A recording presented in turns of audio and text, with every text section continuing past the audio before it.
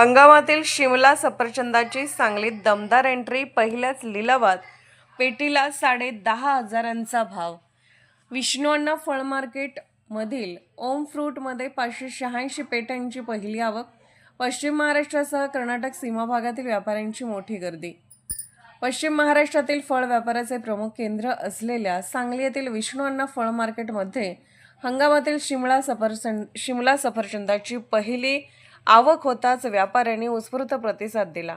सिद्धेश्वर उर्फ नाना तोडकर यांच्या ओम फ्रूट कंपनीमध्ये दाखल झालेल्या पहिल्या लॉटच्या लिलावात 25 ते 30 किलो वजनाच्या एका पेटीला तब्बल 6,500 रुपयांचा उच्चांकी भाव मिळाला.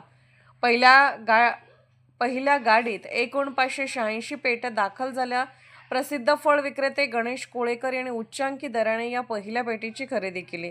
लिलावावेळी सांगली, जयसिंगपूर, मिरज, इचलकरंजी, कोल्हापूर, सोलापूर, विटा, इस्लामपूर, सातारा, कराड, जत, अथणी तसेच कर्नाटक सीमा भागातील व्यापारी मोठ्या संख्येने उपस्थित होते.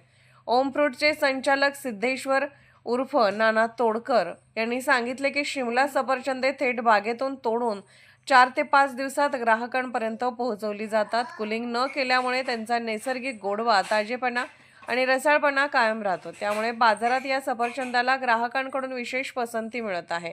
Bureau report, SR News 24, Sangli.